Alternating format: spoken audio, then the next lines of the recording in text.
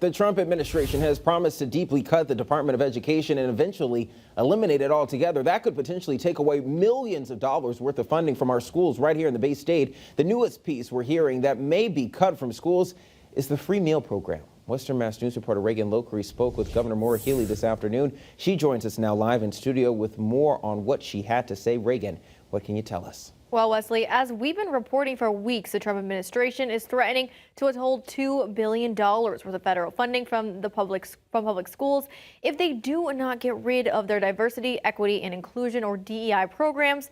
If this goes through, Governor Maura Healey tells me this would get rid of several school programs, including IEPs for students who get benefits under Title I funding and more.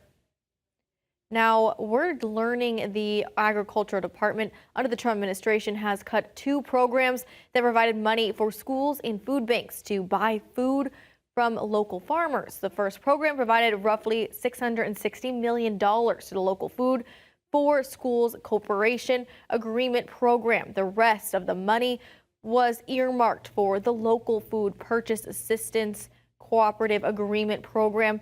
The ending of these programs will suspend more than $1 billion in federal spending.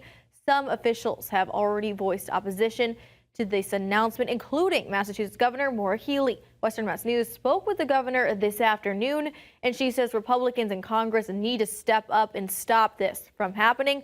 But in the meantime, here in Massachusetts, we'll do the best that we can. As you know, as governor, I made permanent school breakfast and lunch for children in the state. And we're going to continue to fund that. Although the governor promises to continue funding the free lunch program here in Massachusetts, she does tell us that her administration, as well as states across the country, rely heavily on federal government for funding schools and other important services. Reporting live in studio, Raegan6 for Western Mass News.